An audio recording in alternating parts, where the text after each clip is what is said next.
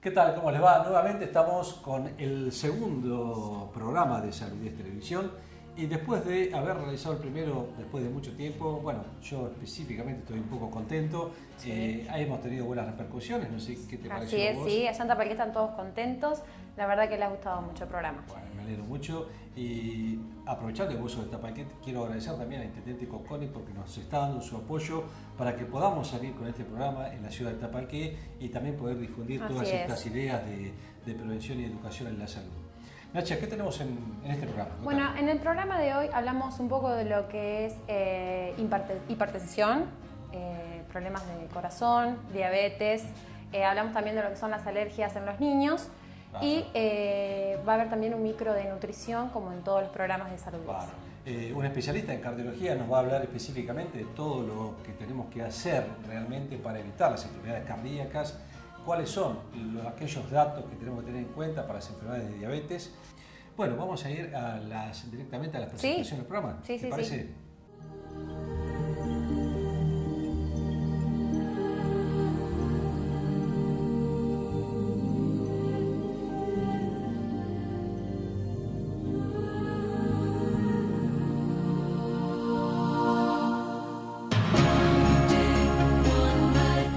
Como dijimos al inicio del programa, vamos a empezar con una nota de un médico especialista en cardiología que es el doctor Carlos Bravo, que nos va a hablar específicamente de aquellas enfermedades, o mejor dicho, de aquellas cosas que tenemos que tener en cuenta para prevenir las enfermedades cardiovasculares. Vamos a la nota. Estamos, como habíamos dicho al inicio de Salud 10, con el doctor Carlos Bravo, al cual le agradecemos que esté hoy con nosotros, y vamos a hablar de un tema que creo que nos incumbe a todo el mundo, que es el cuidado del corazón, de nuestro corazón. Pero vamos a hacer un poco de hincapié específicamente en aquellos factores de riesgo. Y Carlos está trabajando en el Hospital de Niños como cardiólogo y me interesa que a veces nosotros decimos, bueno, el corazón hay que empezarlo a cuidar a los 50, a los 60 años, y creo que esto es un mito, porque en realidad el corazón hay que empezar a cuidar desde que somos chicos. Y se ven muchos factores de riesgo en los chicos hoy por hoy. Y bueno, quiero que nos hables un poco de eso, Carlos. Gracias por estar. No, gracias a vos, Simón, por invitarme. Obviamente a nosotros los cardiólogos nos interesa mucho difundir en estos medios masivos, lo que podemos trabajar en los factores de riesgo. Como vos dijiste, la medicina de verdad es la prevención. No esperar que se desarrollen las enfermedades a lo largo de la cuarta o quinta década de la vida, sino hacer la medicina preventiva, que es la que realmente vale.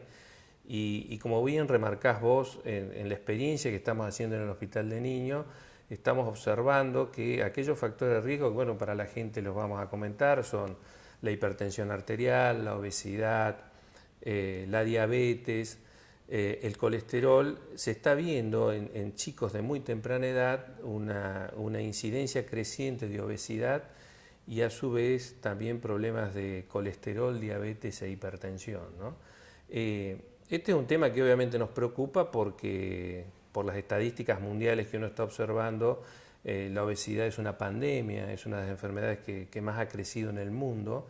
Y sabemos que va acompañada de esto que vos decís, de cuadros metabólicos como la diabetes, el colesterol, los triglicéridos y la hipertensión que van asociadas, fielmente asociadas. Creo que vos notás que la actividad deportiva, por ejemplo, que antes probablemente se hacía mucho más lo que se hace ahora, ¿es uno de los factores desencadenantes en los chicos de todo esto? Sí, muy buena tu observación. Sí, yo creo que sí, Simón. Yo creo que la falta de potrero, la falta de actividades, recreativas físicas como hacíamos nosotros, está aumentando muchísimo la incidencia de obesidad y sedentarismo. Tenés una ecuación lineal cuando ves un chico con sobrepeso en la consulta o con presiones limítrofes altas, que la mayoría de las madres se quejan de que están todo el día en la computadora o con el televisor. Es una constante. Creo que es una situación de la modernidad donde los padres, por comodidad o por falta de tiempo, mantienen entretenidos a sus hijos con la computadora, con el celular o con la televisión. Sí, eso creo que hay que combatirlo.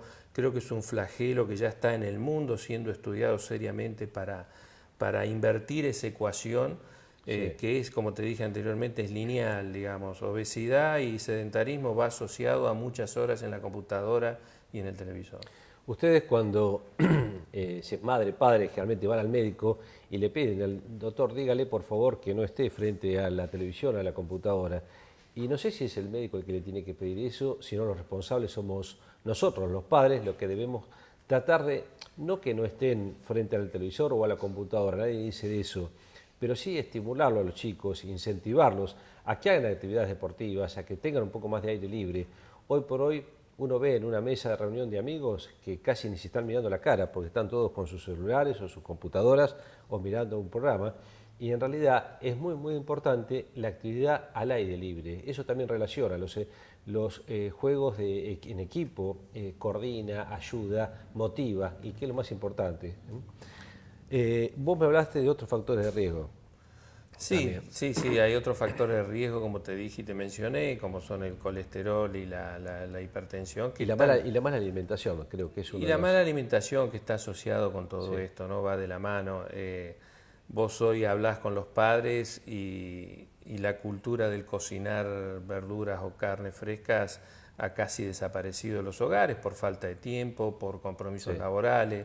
Hoy la conformación familiar se ha ido modificando, ¿no? Y eso ha ido en detrimento de una buena alimentación, de una buena calidad de alimentación. Se come mucha cosa, mucho alimento frito. Sabemos que eso hay que tratar de reducirlo en forma significativa.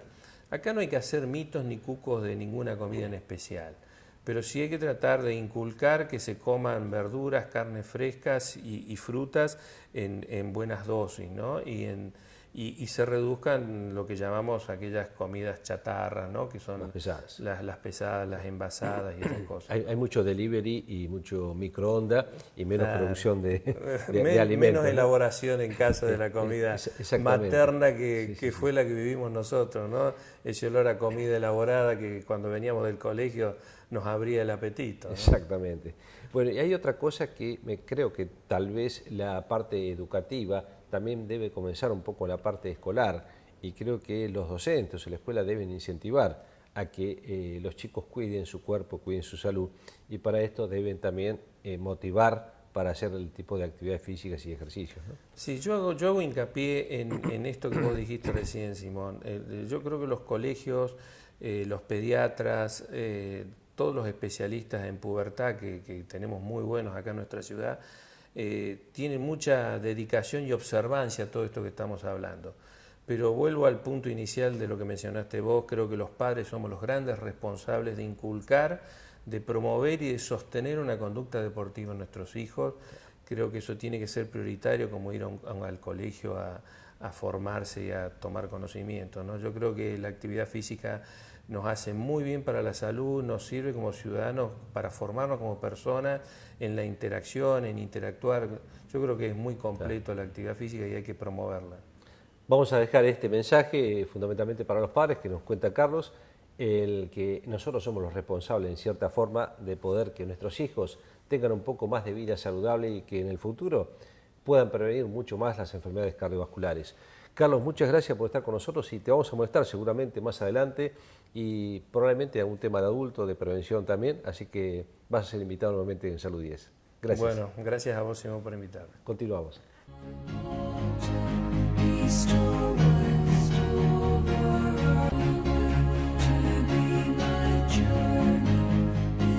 Ahora vamos a ver el micro de nutrición de Marcela Brescia.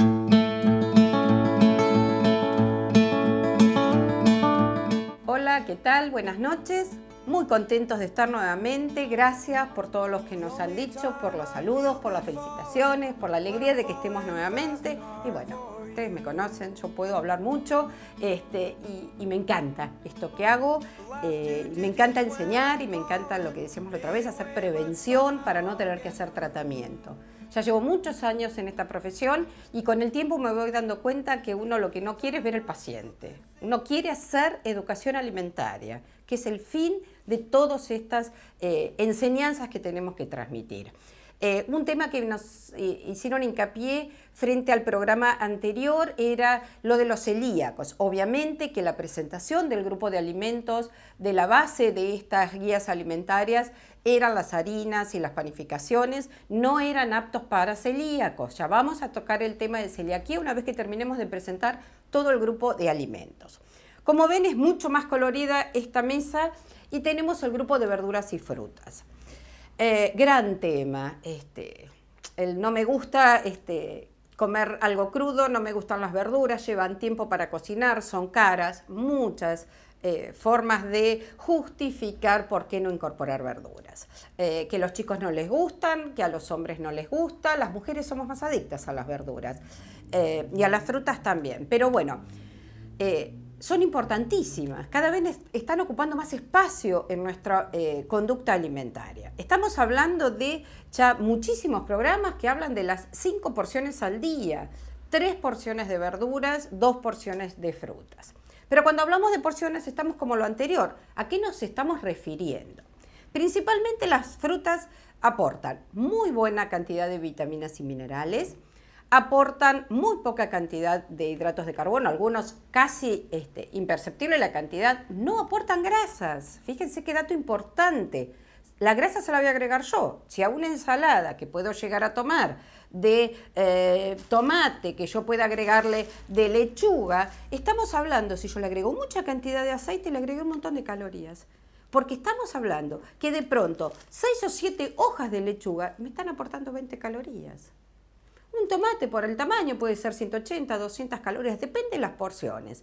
Pero algo que no tiene calorías, una linda ensalada de tomate y lechuga, donde tengo mucho poder de saciedad, donde tengo buen colorido y muy buen aporte de fibra, estoy consumiendo 50, 60 calorías. Si yo le agrego mucha cantidad de aceite, quizás le agrego 200 calorías más.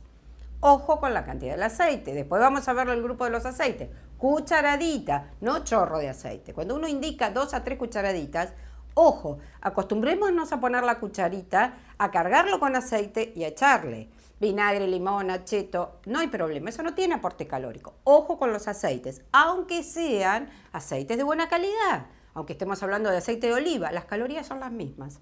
Que uno mezcla, que uno de girasol, que de oliva, calorías las mismas, no confundamos alimento funcional con aporte calórico. Este gran grupo de verduras. Fibra, importantísima para los pacientes, para la gente que es constipada. El buen consumo de fibra, de mucha cantidad de verduras, nos aporta este elemento tan importante para solucionar un problema de constipación y además, sumado a las fibras integrales que estamos consumiendo con las harinas integrales, ayudamos a bajar las grasas de nuestras arterias. Colorido, obviamente, una ensalada con mucha presentación de verduras hace que algo sea mucho más apetitoso que sea el simple tomate de siempre. Aporta poquísima cantidad de calorías, zapallo, estamos hablando que tiene un buen aporte de agua, muchos forman entre el 70, 60, 70% de agua, entonces consumimos una gran cantidad de líquidos. Variedad. Tratar de incorporar los colores. Si uno se pone a pensar en las vitaminas, tenemos los verdes aportan un grupo de vitaminas, los rojos o los naranjas tienen otro aporte. Entonces, si mi mesa es colorida, con verduras crudas, con verduras cocidas, lo que voy a favorecer es el consumo de estos principios tan importantes. Dato a tener en cuenta, cocción. El tiempo lo más controlado posible, a recipiente tapado, al vapor. Si no me gusta consumir al vapor o no tengo forma de hacerlo, cocción con poca cantidad de agua, recipiente tapado. No dejemos la olla destapada porque el agua en el vapor que sale y queda muy lindo pegado en el azulejo, se van todas las vitaminas que son hidrosolubles. La vitamina B, las vitaminas C, o sea, estas vitaminas que se diluyen en agua, a diferencia de las que van con grasa, que después las tenemos acá. Después vamos a hablar de estas. Entonces, variedad de colores, variedad de textura, buena cocción, justa. No puedo ponerme a hacer verduras, servir y dejar la olla que sigue hirviendo. Todo va a depender si quiero una buena verdura o si quiero un buen caldo. Ahí van variando las cuestiones, ¿sí? Si es una cocción prolongada y todo pasó al medio de cocción, entonces tomo una buena sopa, o si quiero consumir verduras con la mayor cantidad de vitaminas. Las que tienen vitamina C, por ejemplo el tomate, no debo cortarlo mucho más, con mucha anticipación del momento que voy a comer. La vitamina C se oxida, como tomate sí, como fibra sí, vitamina C no, ¿sí? Cocción, presentación, mucho volumen. No le tengamos miedo a las verduras, aportan muy poca cantidad de calorías, salvo que yo les agregue algún aderezo, algún aceite o algo que dé mucho aporte calórico. Para invierno, los guisados, hacer guisos de verduras cortados todos en el mismo tamaño, zapallo, zapallito, zanahoria, tomate, berenjena, morrones rojos, verdes, amarillos, todo, y cocinarlo con una salsa de tomate. Tengo un buen guiso de verduras para acompañar el arroz, los fideos, una legumbre. O sea, estoy dando ideas para que no tengan la fiaca de decir, y las verduras llevan mucho tiempo de cocción. Llevan mucho menos que una papa frita, de eso estoy segura, ¿sí? Pasamos al grupo de las frutas. Forman parte de las 2 porciones que deberíamos consumir al día. Porciones, son las porciones reales. Pera, duraznos, bananas, todas las frutas tienen un muy buen aporte de vitaminas. Mucho líquido, ¿sí? Por ejemplo, es la fruta que tiene menor aporte calórico. Tiene 90% de agua, muy poca cantidad de calorías y le siguen en orden las frutillas. Melón, sandía y frutillas. Hasta acá tenemos pedacitos de sandías que aportan las mismas cantidades de calorías. Así que a tener en cuenta, son muy buenos el aporte de agua y producen saciedad. Tenemos otro grupo que deberíamos consumirlo preferentemente con cáscara, obviamente, manzanas, y si yo tengo la precaución de la buena higiene de duraznos, peras y demás, es bueno comerlo con cáscara, a diferencia de los cítricos, obviamente, y del kiwi o de la banana, que no las podemos consumir con cáscara. La banana. No le tengamos miedo al aporte calórico de las bananas, ¿sí? Porque una banana puede llegar a darnos el aporte calórico de 2 frutas. Entonces, no pensemos que una banana, miren el tamaño. Obviamente que hay muchas bananas mucho más grandes, pero lo que podemos hacer es compartir con alguien y decir, media banana equivale a una fruta. Entonces, no tengamos miedo al consumo, tenemos buena cantidad de aporte de potasio y además es rica. Obviamente no le agrego dulce de leche o crema. Esas son las precauciones de lo que tenemos que ver. Frutas de estación. Obviamente que llega el invierno, pensamos con los cítricos y las manzanas. Bueno, implementar preparaciones con cocción, si quieren, compotas o manzanas al horno. Cítricos, hacer ensaladas de frutas con cítricos. Y obviamente aprovechar aquellos que son de época. ¿Por qué digo? No pretendo consumir, a veces el kiwi tiene un precio elevado, pero puedo consumir aunque sea un kiwi a la semana, doy muy buena cantidad de vitamina C y mucha fibra. Estamos hablando para personas que no tienen algún inconveniente en la cuestión de divertículos o intestinos, que de pronto tenemos que buscar algunas modificaciones, pero también lo vamos a tratar a ese tema. Entonces, sí a las verduras, sí a las frutas, mucha vitamina, mucho colorido, son fáciles de transportar, ¿sí? Ustedes ven que a veces hay algunas dietas que dice, coma a mitad de mañana una planta de apio. ¿Quién lleva a comer una planta de apio? Es difícil, pero sí puedo llevar en mi cartera o en mi mochila o una banana o una fruta que con solo lavarlas la puedo llegar a utilizar perfectamente. Produce saciedad, hago alguna colación, acostumbrarlos a los chicos. Los chicos tienen un inconveniente. Si mamá pela la fruta, todos comen fruta. Mamá y los chicos y los papás también. Si hacemos ensalada de frutas, todos comen. Entonces vamos a tener que implementar preparaciones que sean de accesibles para que los chicos coman fruta. Es muy típico que si el chico no come fruta es porque alguien en casa tampoco come fruta. Y la fruta compran y se pone fea en la frutera y nadie compra. Y no está tan barata, pero sí comprar poca cantidad y tratar de comerla en el día. Tenemos un grupo de frutas secas y desecadas. Las frutas secas y desecadas es óptimo el consumo, tienen aporte calórico.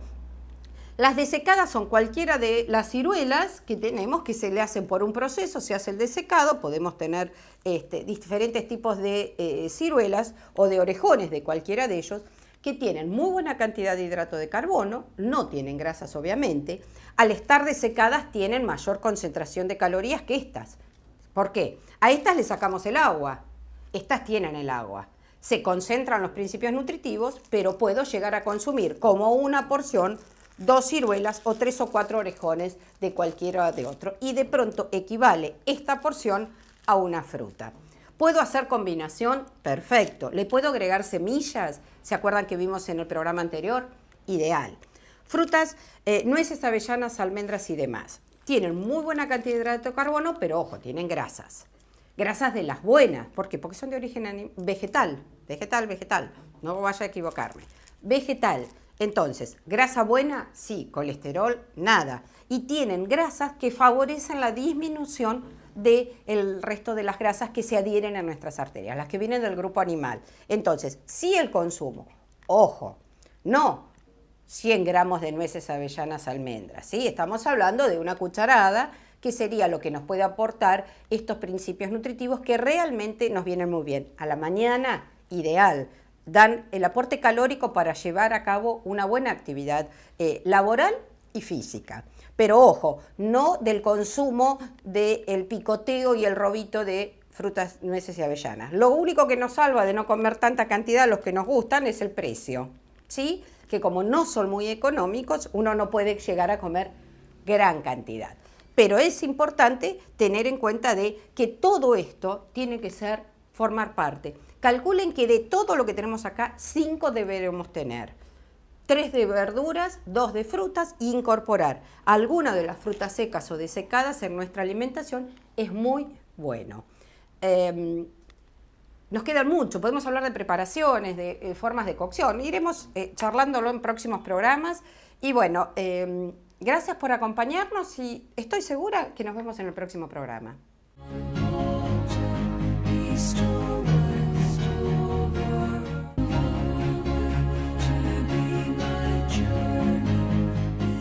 Otro tema que interesa muchísimo y de lo cual hay mucha gente realmente que tiene problemas de esta afección, que es la diabetes. Para esto invitamos a un especialista en diabetes, a un clínico médico, que es el doctor Martín Maraschio, que nos va a hablar de cómo lo podemos diagnosticar, qué tipo de diabetes tenemos y realmente cuáles son los controles que debe tener el paciente diabético. Vamos a ver la nota. Martín, muchas gracias por estar hoy con nosotros en Salud 10. Y bueno, te vamos a bombardear un poquitito con algunas preguntas sobre diabetes. Bueno. Contanos un poco, a ver, la pregunta por ahí es muy amplia, ¿no? Pero ¿qué es la diabetes para que la gente sepa, aquellos que no la padecen o que la pueden padecer? La diabetes la podemos definir como un grupo de enfermedades que se caracterizan por la hiperglucemia, o sea, por el aumento de la glucemia o del azúcar en sangre. Decimos que es un grupo de enfermedades porque hay entidades que tienen diferente fisiopatología y diferente tratamiento dentro de lo que llamamos diabetes. Okay. Ahí tenemos 2 grandes grupos, que son la diabetes de tipo 1 y la diabetes de tipo 2. Y además tenemos un tercer grupo que tiene una relevancia crucial, por lo menos en mi opinión, que es lo que se denomina diabetes gestacional, que es algún trastorno del metabolismo de los hidratos de carbono que aparece o se diagnostica en el embarazo. Y después hay alrededor de 20, 30 causas más de diabetes o de hiperglucemia que, digamos, en cuanto a la cuantía, tienen un poco menos relevancia. ¿Hay muchos pacientes diabéticos en la población en general?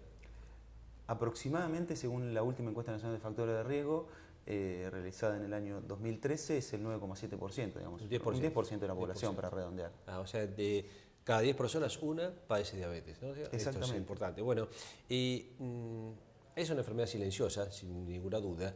¿Y cómo la podemos diagnosticar o nos podemos dar cuenta que uno tiene diabetes? Exactamente, esto que decís vos es fundamental. Digamos, cuando la enfermedad dio síntomas, en general es tarde. Porque, por esto mismo, porque es una enfermedad silenciosa. La manera de diagnosticarlo, siempre uno, cuando habla de diabetes, piensa en la diabetes de tipo 2, porque en realidad de este 10% que decíamos, el 90% de ese es diabetes de tipo 2. Claro. La manera de diagnosticarlo es con un análisis que es la glucemia en ayunas. Digamos, si el valor está alterado pero no alcanza el diagnóstico, uno solicita la prueba oral de tolerancia a la glucosa, que es una sobrecarga de azúcar, digamos, para hacerlo más con el lenguaje más coloquial. Por eso que es muy importante que todos nos hagamos por lo menos una vez al año un chequeo, que no cuesta nada un análisis para tratar de determinar si tenemos algún factor de riesgo, en este caso como puede ser el azúcar, en otro caso como es el colesterol, ¿no es cierto? Exactamente. Además, uno tiene que hacer más hincapié en los pacientes de riesgo de padecer diabetes de tipo 2. La diabetes de tipo 1 en general es casi impredecible, digamos, es un hecho... Aparece bruscamente. Aparece bruscamente en pacientes que no estaban predispuestos, Sí. a diferentes edades. Nosotros teníamos el concepto de que, digamos, dentro del grupo de las diabetes autoinmunes, como la diabetes de tipo 1, aparecían en la edad infanto-juvenil, antes se denominaba diabetes infanto-juvenil. Bueno, ahora estamos viendo que hay una alta incidencia de anticuerpos y de enfermedad autoinmune en pacientes adultos. Esa enfermedad es impredecible. Está bien. Y esas, digamos, da síntomas de manera más temprana porque el páncreas deja de funcionar. Perdóname, esa diabetes yo te voy a robar en otro programa seguramente para que hablemos, porque si bien es menor el porcentaje, tal vez es más, entre comillas, dramática su situación, Sí, seguro. y su tratamiento. Entonces, eso te lo voy a dejar para otro programa, pero sí me interesan los factores de riesgo de la de tipo 2, que es la que se usan pastillas o Sí. actividad física, bueno, por el estilo, ¿no? ¿Cuáles son los factores de riesgo? Bueno, los factores de riesgo,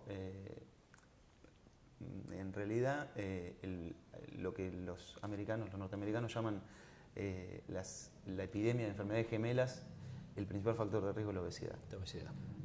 Y son enfermedades gemelas porque van de la mano, ¿no? Caemos siempre en la misma con la mayoría de las enfermedades. Exactamente. Es que yo creo que estamos hablando de una misma enfermedad, Sí. con manifestaciones satélites, pero la enfermedad es la misma, Sí. es la enfermedad metabólica. Exacto. Entonces, digamos, la obesidad es uno de los factores de riesgo muy importantes. El sedentarismo es otro. Los otros satélites de la enfermedad metabólica, digamos, la hipertrigliceridemia, el colesterol HDL bajo, la hipertensión arterial. Está. Digamos, cuando uno ve un paciente con alguna de estas características, nunca tiene que dejar de pensar en diabetes. Exacto. Porque, digamos que puede ser la Sí, compañera de Sí, cualquiera sí, sí. de estas. Además de la obesidad, el haber tenido diabetes gestacional, que es lo que hablábamos hace un Sí. ratito, también impone un riesgo aumentado. El factor hereditario también, ¿verdad? El factor hereditario es importantísimo. Digamos, la herencia juega un rol muy importante en lo que sería, digamos, si nosotros definimos la diabetes de tipo 2 como insulinoresistencia, que sería todo el componente de obesidad, sedentarismo, más falla de célula beta, digamos que es la que produce la insulina, el componente hereditario estaría en la falla de célula beta. Está. Y el componente metabólico estaría en la insulinoresistencia. Está. Además, el haber pesado más de 4 kilos al nacimiento impone un riesgo Mayor todavía. mayor todavía.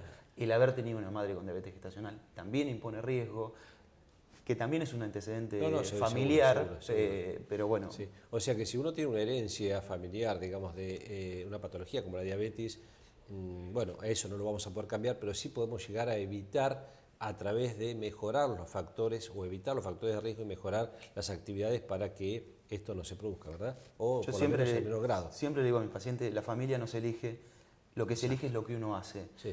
Y el plan de alimentación y la actividad física van a la cabeza del tratamiento tanto de la diabetes de tipo 1, de la diabetes autoinmune, como de la diabetes de tipo 2.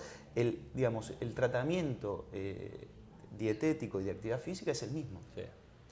El paciente que es diabético generalmente no tiene síntomas, la mayoría de las veces, como dice Martín. Usted por ahí dice, bueno, tuve un pico de diabetes de 130, 140, pero ahora no siento nada, estoy bien. Y en realidad no es así. El control del paciente diabético debe hacerse en forma periódica y debe ser controlado no solamente con la glucemia, sino debe haber otros factores que el doctor como especialista los maneja mucho mejor y que son las colaterales que aparecen en todo esto. Ya serán los controles oculares, controles cardíacos, Exacto. que favorecen a todo esto, ¿no? Es fundamental, esta es una enfermedad global y que afecta a todos los órganos de la economía. Entonces, digamos, los pacientes que tienen diabetes deben concurrir al oftalmólogo una vez por año, deben hacerse un control cardiológico una vez por año. Y, escuchen, y aparecen, además, una vez que la enfermedad empieza a avanzar, alteraciones en los riñones, en los nervios periféricos y en todos los vasos sanguíneos, digamos. Entonces empiezan a aparecer las lesiones en los pies, las lesiones a nivel del corazón, a nivel cerebral, a nivel ocular. como dijimos, afecta toda la economía. Fíjense que esto no le va a pasar a cualquiera, sino a aquel que no se controla fundamentalmente. Si usted se controla todas estas cosas, las puede llegar a evitar. Desde el punto de vista urológico, yo como urólogo muchas veces veo a los pacientes diabéticos con enfermedades de fimosis que se pueden en crónica y la disfunción sexual eréctil, que es bastante frecuente por problemas vasculares. Es que muchas veces los especialistas satélites de la enfermedad son los que hacen el diagnóstico. Claro. Porque hay veces que las manifestaciones son estas, que decimos que, que llegamos tarde al diagnóstico, pero son estas las manifestaciones. Y algo que es muy importante, hay un estudio que se hizo en el Reino Unido que se llama UKPDS, que lo que demostró es que cuando uno más tiempo tiene la glucemia baja en los pacientes que tienen diabetes, eso implica un descenso importantísimo del riesgo de padecer eventos futuros, tanto micro como macrovasculares, la vista, el riñón, el corazón, los pies, el sistema nervioso autónomo. Entonces, por eso es tan importante el control y la prevención. Y una vez que uno llegó al diagnóstico, la glucemia tiene que estar en valores normales.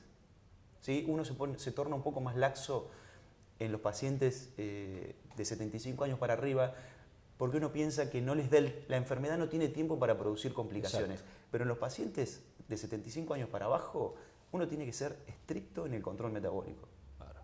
Bueno, Martín, te agradecemos mucho que nos hayas ilustrado un poco sobre el tema de diabetes y te vamos a comprometer, sin lugar a duda, para que hablemos de la diabetes tipo 1, la insulino dependiente, y después hablaríamos también de algunas enfermedades colaterales que aparecen, como el pie diabético, las escaras, etcétera, etcétera, que son complicaciones a las cuales no se debería llegar si usted hace una buena prevención y un buen control de este tipo de enfermedad que es silenciosa. Gracias, Martín, por estar con nosotros. Gracias a vos, Simón.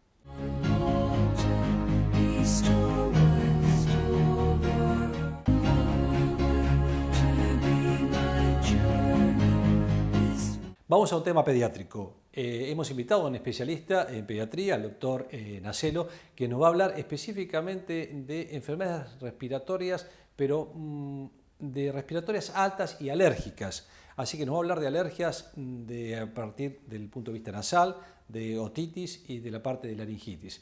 Nacha hizo muy buena nota con el doctor Nacelo, así que por favor escúchenla. Hoy nos visita el doctor Néstor Nacelio, que se especializa en pediatría y en vías respiratorias. Vamos a hablar un poco de lo que son las alergias. Doctor. Bueno, gracias por la invitación, ante todo. Es un tema bastante amplio, pero vamos a tratar de dar algunos conceptos para la gente que mira este programa. Me gustaría primero decir qué es una alergia, para que la gente entienda. Y antes de definir qué es alergia, estaría bueno imaginarnos que todos tenemos un sistema inmunológico que nos defiende de las agresiones y de los elementos extraños al organismo. Ese sistema inmunológico está formado por glóbulos blancos, está formado por los ganglios linfáticos, está formado por el vaso, está formado por la médula ósea. Todo ese sistema es importante para que la persona no se enferme, para que cuando entra un virus, una bacteria, ese sistema lo neutralice y la persona pueda controlar, por ejemplo, una infección. Ahora bien, esto también funciona para las partículas o las cosas extrañas que vienen desde afuera. Nosotros le decimos alérgeno a todo lo que es extraño al organismo y que puede entrar por diferentes vías. Puede entrar por vía respiratoria, puede entrar por la piel, puede entrar por vía digestiva. Muy bien, los chicos, los adultos también, pero en este caso, hablando particularmente de los chicos, cuando se exponen a un alérgeno respiratorio, tienen una respuesta, es decir, el organismo identifica eso extraño que entró, pongamos un ejemplo, una partícula de polvo, y pone en marcha con este sistema inmunológico una respuesta destinado a neutralizarlo, a eliminarlo del organismo. Para tener esta respuesta hay un anticuerpo que se llama inmunoglobulina E. El alérgico es un hiperrespondedor, es decir, es un niño que tiene una respuesta exagerada. Pongámoslo en un ejemplo cotidiano. Vos podés tener, que yo siempre esto lo uso con los pacientes, vos podés tener un negocio, un kiosco y decir pongo un personal de seguridad por si entra un ladrón. El ladrón vendría a ser el alérgeno y el personal de seguridad tu sistema inmunológico. Si vos sos una persona exagerada para responder y en vez de poner una persona sola ponés 15, la respuesta va a ser la misma. Es decir, el alérgeno, en este caso el ladrón, lo vas a neutralizar. Pero el costo va a ser la inflamación. Es decir, al haber mucha cantidad de inmunoglobulina E, en el ejemplo, mucha cantidad de personal de seguridad, probablemente el negocio se rompa por exceso de personal. Bueno, en el organismo pasa lo mismo. La respuesta exagerada genera un fenómeno que se llama inflamación.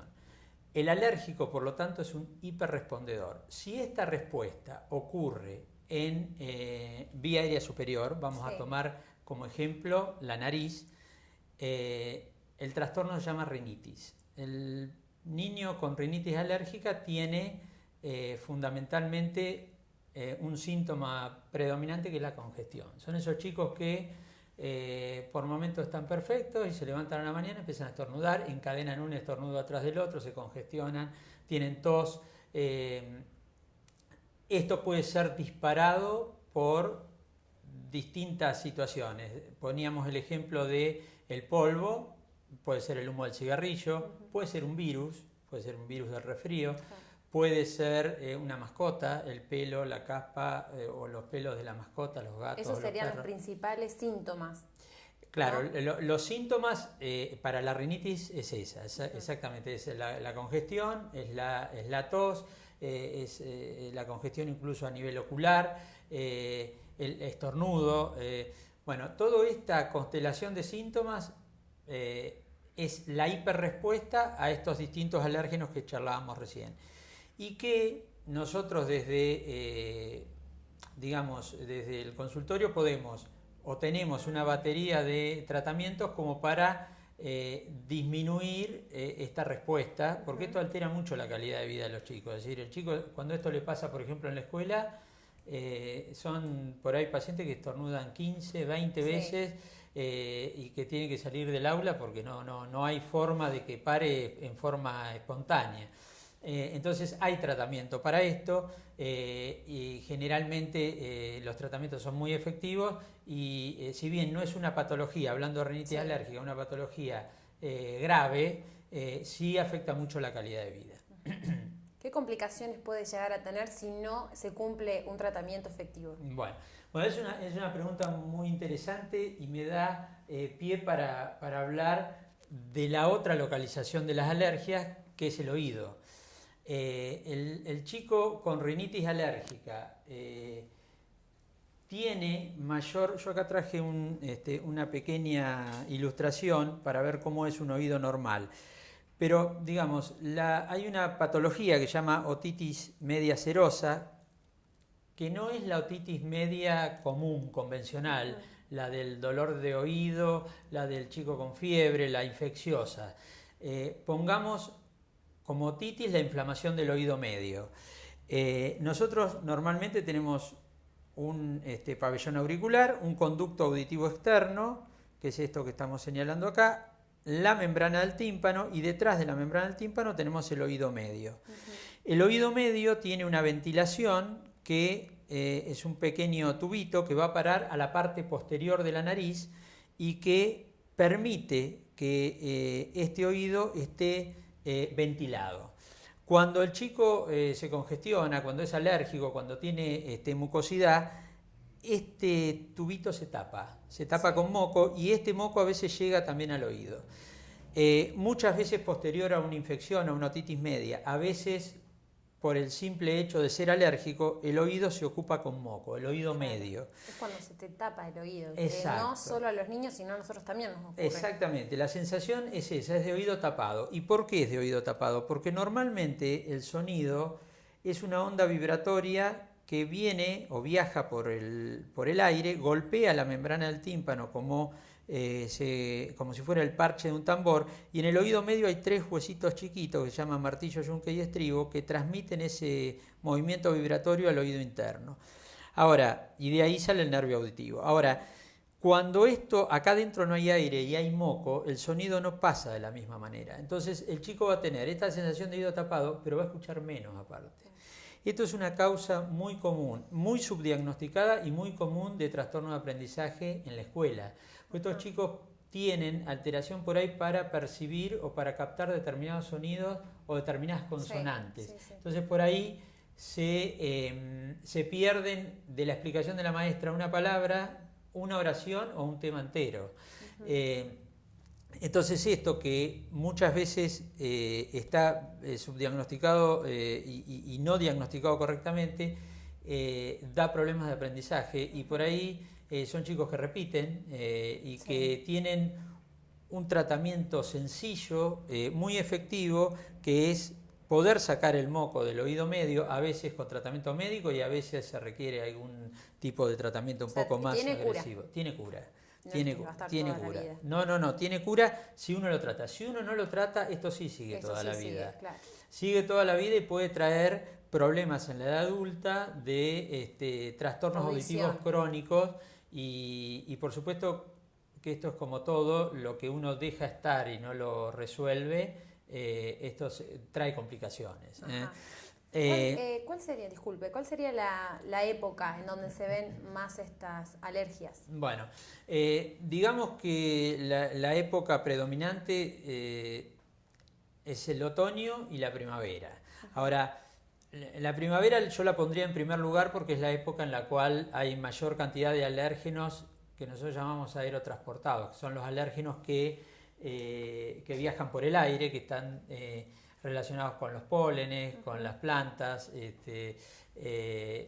También el otoño a veces es una época de alergia porque depende también de algunas variedades de hongo que son más frecuentes en otoño.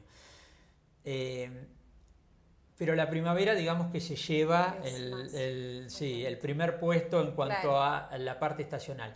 Hay chicos también que tienen mayor cantidad de alergias en invierno porque sus alérgenos son los virus y los virus o las infecciones son más frecuentes en épocas frías.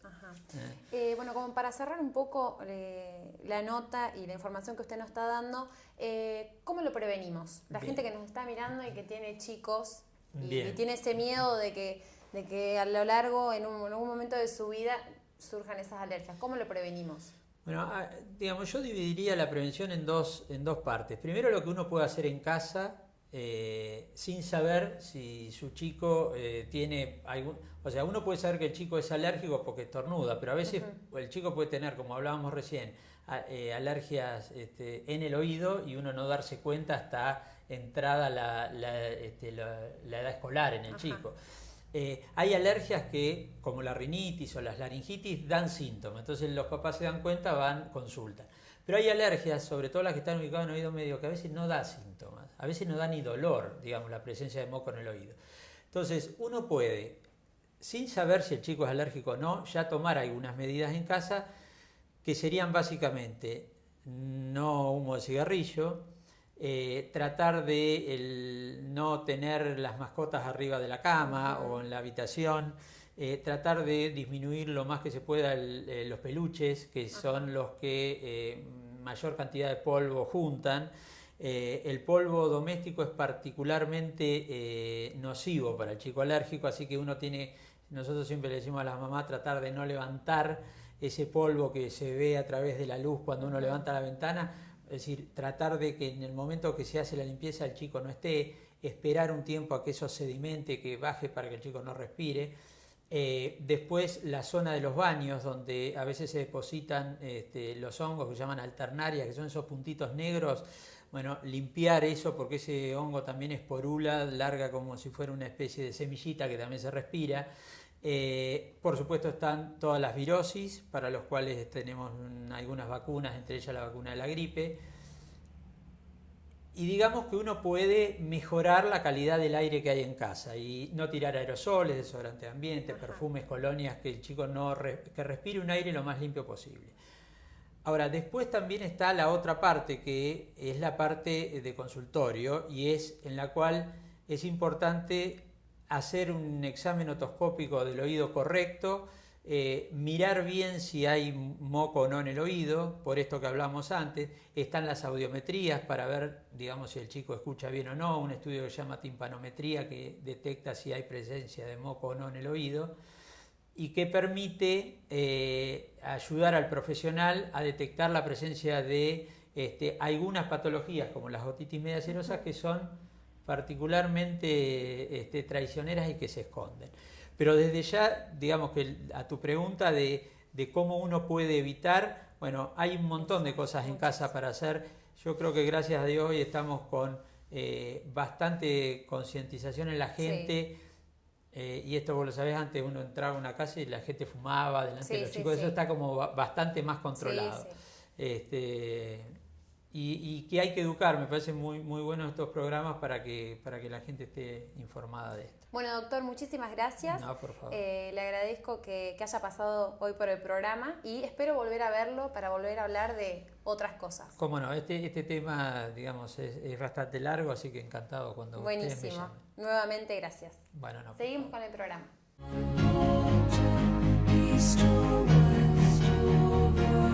Llegamos al fin del programa, doctor. ¿Cómo le fue? ¿Le gustó? Bien, la verdad que hicimos unas notas interesantes y creo que fue de interés general de patologías que son bastante frecuentes y que, bueno, creo que son interesantes para la prevención, ¿no? Así es, también estuvimos hablando de las alergias y hubo un micro de nutrición, así que muy interesante el programa de hoy. Bueno, diabetes, otro tema que también es importante. Así es. Bueno, mandamos un saludo a toda la gente de Tapalqué, a la gente de Azul. Y Cachalí también. Y Cachalí también. Y esperamos pronto extender un poco la difusión de este programa que realmente hace que la gente tome conciencia en prevención y educación de la salud. Así es, entonces nos vemos el próximo lunes a la 21. El compromiso es de ustedes, que nos miren y que nos apoyen y que hagan preguntas sobre todos los temas de salud. Nacha, muchas gracias. A usted muchas gracias, nos vemos.